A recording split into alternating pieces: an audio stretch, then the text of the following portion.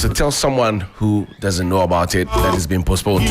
Felicity Ahafianyo is joining us on the phone line now. Thank you, Felicity. Good morning. How are you? Good morning, Johnnie.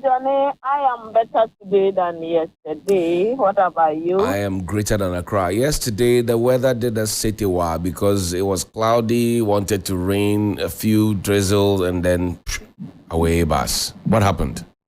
Yeah, this time around, if you could remember, I said it's not every part that will get the rain. It will just be brief. And this time around, we don't talk about drizzle, we talk about showers. Yeah? Depending on the size and then the duration. Moisture gradually is decreasing from the atmosphere, so we don't expect this sort of massive cloudiness and the rest. Energy that will lead to massive cloud formations for convective activities to happen has also been depleting over time.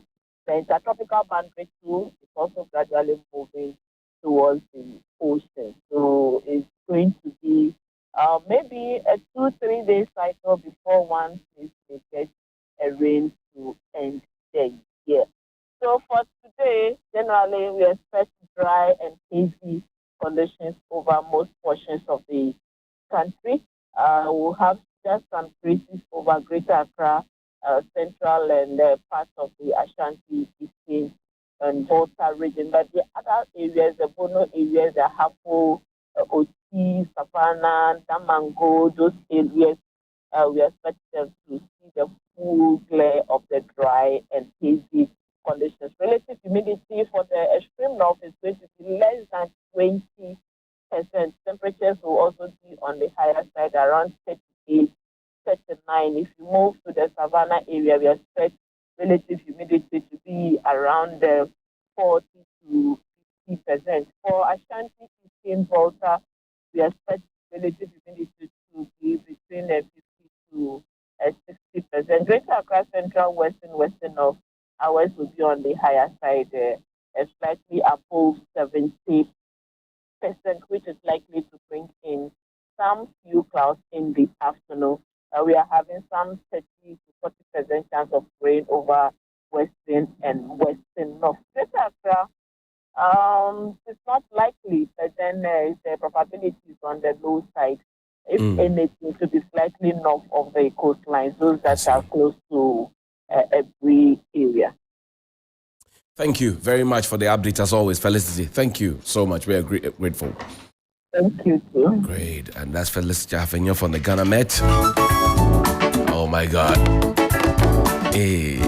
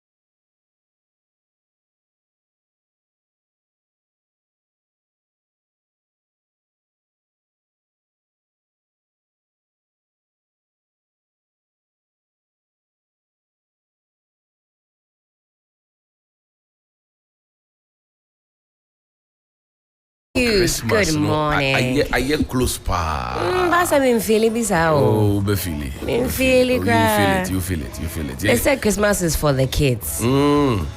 Christmas, I've not been to a children's party where the adults have taken over before. Listen, I've gone to a party for a 1-year-old. The 1-year-old was at the grandmother's house. Was actually sleeping. And we were celebrating on their behalf. But I like the all white today. What's up? You're feeling pure? Nah, well, it's all white season, so Okay. we're wearing white turtle. Okay, We're trying to feel cool, yeah. All right, but are you feeling the Christmas like that? Well, it depends on what it is. I mean, if you're looking at the economic situation, you would say you are not feeling it. But for me as a Christian, Yeah. the birth of Christ is important. And Okay. no matter what, come what may be, whatever befall, I need to observe it. I mean, Yeah. I may not have what to share. You know, maybe a little for me to eat. Yeah. But I still must keep the significance of the season. That's with me. important. It's important that you keep Yeah. the significance of the season. But largely because also the season is for you to show love and share. And it sets you thinking if you don't have enough to share. That's right. Yeah, because the essence of the season is to share, because Christ came so that we may have life, we may have it in abundance, salvation, and all those issues in between. So you should be able to have enough to share. That's if you the don't thing. have, then there's a problem. I mean, and sometimes you have very, very little that's not even able to take care of you and yours. So how do you share? That's the thing. You know, do you sacrifice what your children will have for other children? You know, it's also another controversial question that must be put. That's the thing. I'm not feeling the Christmas spirit too much, and exactly for that reason, that sharing. Now I'm thinking, like you say, the Christmas message and spirit. But as for the hen leg and the Fanta and the rest, it's for me. As for the hen leg and the neck, these days, the kebab guys sell it, the abuchi sell it. Have you seen it back in vogue? People are selling. Yeah, it. so Yes, now yes, they yes. don't waste any parts of their Akoko cocoa. nine, Hen leg. akoko tea. Like my aunt is a hen. Today we're going to eat hen leg. Yeah, and enjoy. Operation hen leg. Yeah, bet you know how when you finish screening, you know, a portion of your home, and then the chicken comes to decorate it with those three. Anyway, the Finder newspaper says leading mining experts school lithium deal critics. Also, First Atlantic Bank ranked 41 in prestigious Ghana Club 100 awards. 10,000 MSMEs get 120 million year cash to support hiring of 20,000 laid off new staff. 30% shareholding in Vodafone not for sale, according to Esther Uswe-Kufo. Express B moderator urges shift from Western gaze in addressing the LGBTQI plus challenges. Also, the business analyst for this morning, Bomia launches the YEA's business and employment assistance program. Another program has been launched. Interesting. Macroeconomics stability has been main driver of economic growth. IFS to government. That's Dr. Said Boache. He's a senior fellow for Institute of Fiscal Studies. Also ECG to replace over 10,000 postpaid meters in Krobo district. I tell you what, there are big guys in this country who still use postpaid meters. Yeah, some around the Pokwasi area and the rest. The ACG knows where they are, but they are big people in government, so they won't go there. They will always come and knock on your door, whether your meter is functional or not. They'll come and change it. Omunja is and it's not approved by the FDA. We have created a record 22.1 million jobs so far. Dr. Baumia, that jobs. How many? 2.1 million jobs. Oh, I see. Yeah, and jobs no way. Lithium agreement, Parliament charged to scrutinize deal. That's what we have here. What do you have there, Helen? All right, let's start off with the Anchor newspaper. And this is what the front page has for us. Produce superior arguments. Lithium mining deal is bad. Minister tells critics. He says, our doors are open to jaw. Interesting one there from the minister. He says, if you've got an argument that is solid, their doors are open. Pressure mounts on controller to resign before contesting as MP. And there's a picture to go along with that story. YEA launches Business and Employment Assistance Program. That is BEAP. I wonder if they'll call it BEEP. You know, we have LEAP. Maybe this one too be BEEP. This LEAP has been a disaster. We don't need another one. It's been a disaster because, I mean, we just, for some strange reason, we just line up people, give them a pittance and make news out of it. And sometimes it delays forever. I mean, LEAP is in arrears as we speak. And how much are we even giving the people? Sometimes 80 Ghana, sometimes 100 Ghana to feed a whole family. Maybe of 5 in Accra, in Kumasi, in Takrady. Impossible. So when I feel insulted when I hear some of those things. For that to be delayed, that shouldn't be the case.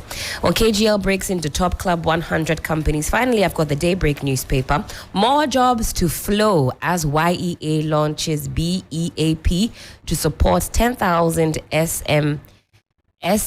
MSEs. The acronyms, chow. Lithium deal not fit for purpose, government cautioned. Esla talks tough to defaulting broadcasters. And another one here, KGL breaks into top 100 companies. The Daybreak newspaper usually gives us a coming up. So they say coming up. They said more queries about OSP. More queries about OSP coming up to a Daybreak newspaper near you. We hear them. Anyway, let's begin with the lithium deal. And the minister says, well, superior argument should be presented. Yes. I'm not sure that the former Chief Justice and many others who have said that, look, give us a better deal, are asking for too much. And the measure is that, okay, in the past we have had 5 to 7%, poultry. Now we have 10%, so it's better than 5. Of course, 10 is better than 5, but I always say that 10% of 200% and 10% of 100% are not the same. That's right. That's right. Number 2, what are other countries doing? What are the best practices? 10% for all that you have. Would you rather not keep the lithium underneath? Because look, the big countries we go and borrow from, and who have these companies come from those places to come and want to mine here, they also have resources that they have not touched. That's right. They have kept them. We are busy digging our gold, we're digging our diamond, bauxite, we're digging out everything that we can find. And then at the end of the day, we even say that, we are giving the people the best deal. What is 10%? I mean, I have my mineral resource, and the mineral resource here belongs to all of us. We have just given it to the president to hold it in trust for all of us, so that you cannot come and say that I've given you 10% and it's the best deal, so present superior argument. It doesn't add up for me. And when he says, well, their doors are open to Jojo, I cited a news story on 3news.com. Research director Dr. John Kwacho of the IEA. He says the lithium can remain in the soil. That's right. Until we figure out the best possible deal for us. Right. And I think, why not? The lithium is there. It's not going to run away. Let's take our time. Let's be sober. Let's not be rushed. And let's bring we've had years of mining experience in Ghana. Let's bring our best brains and let's see how we can get what I call the most bang for our buck. In other African countries, they're doing far greater percentages. I'll collate some of that, 40% and the like. So if we can take our time and again find the best deal for all of us, I would rather the lithium remained, and then we don't do that. But for me, if I were in government, I would be also in great haste to see this deal go through. Why? Because the country is reeling under the economic pressure. I would also be looking for the quickest possible way to get some kudi in my pocket. So I understand the haste. You see, I mean, you can have, William, good morning. You can always have the hasty situation. But then what is in the best interest of the country? That's the thing. In the past, our gold, our diamond, our bauxite, our cocoa, all the resources that we have, rubber, name them, coffee, soya, cashew, all of those things that we have done, planted, and the resources that God blessed us with and have exported. What did we get out of it? Even our salt.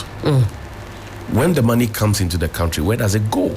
That's right. The people have a perception, and over time the perception has been solidified that the monies go into the pocket of some few politicians. The government is now telling us that their doors are opened, right? But they were the same people in a rush to go to parliament who want to go and pass it. This government's attitude of our door is open, and the next thing, before you know it, you thought that the door was open and the table and chair are available for you to have a conversation. And the next thing you know, they are in parliament already pushing it. And that's why I'm surprised. And bullying their way through it. I'm surprised that the doors are open. We saw that with E-Levy and others. Would the government have said that our doors are open if people had not asked them to pull the brakes? They were going ahead with the deal with the mindset that 10% is the best that we can ever get. But that's not correct. Are you suggesting to us that if we press for more percentage, we will not get? Or that if we wait for a while, we can also find our way out or find our way to do it ourselves? Because we are only succumbing to this because we do not have the capacity in terms of the money because we have been reckless in every step of the way. So that the argument is that the company has invested so much into trying to do its own studies, and all of that. But is that beyond Ghana? Yeah. So that argument I understand. It's a business argument, but if we take our time, we can do exactly that. I think we should begin to also challenge ourselves because we had a school of mines for a long time. Yes. So the president calls the professors there and said, look, what are you doing about this lithium? Get back to me. Thank you. When we finish that, we go to tech. Then we look at the engineers there, all the people there. Let's have that kind of conversation because the 100 years was when Goodfellow celebrated 100 years was like 1999. Yes, at the turn of the last millennium. And so if we're going to have this deal conversation, we'll come back to the same argument in the next 100 years. Well, we have a school just for mines. So these engineers are all over the place. They are all over the place. You go to Qatar, they are there. They are there. Ghanaians helping doing to mine great things responsibly in those countries, making the maximum. So why are we not calling people here? I always say that, look, when you see people hastily trying to push a deal through, they have a cut and there's a greedy element that's running around. As for that, it's a standard cabodo. Look, a case in point is the Japa deal. What was not said about the Japa deal? What was not said about it? The government went through with a Japa deal until we got to a point where it was identified by Martin Alamisi Ben-Skaiser, the former, special prosecutor, that we had actually signed a deal on a non-existent law. And we had paid transaction advisors, Gabi Azara and his people, to give us advice on that score. We had signed a deal on a law that did not exist. It was one of the reasons we pulled back. Because if the chief director who was supposed to be in charge of things at the ministry had been sidestepped and decision had been taken. Read the report. The government has not had the capacity to come and say, we got it wrong here. But they were willing to go ahead, come whatever before, with the Japa deal. And they are now still thinking of cooking it back and bringing it back to Parliament. Ghana is what is the motivation? We have an experience. We have the experience in mining. Ghana has. So why does it become an issue for us to always bring people to come and give us 5%, 10%? We say it's the best.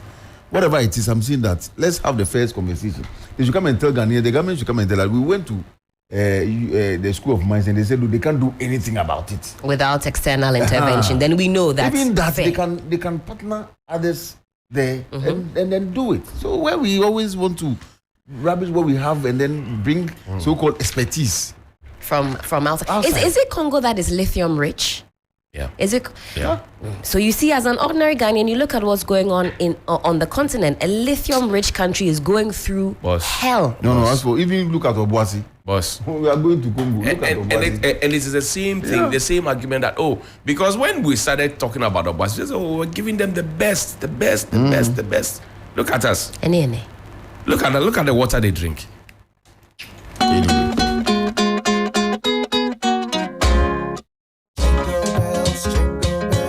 Jingle all the way. Oh, what fun it is to ride in a one-horse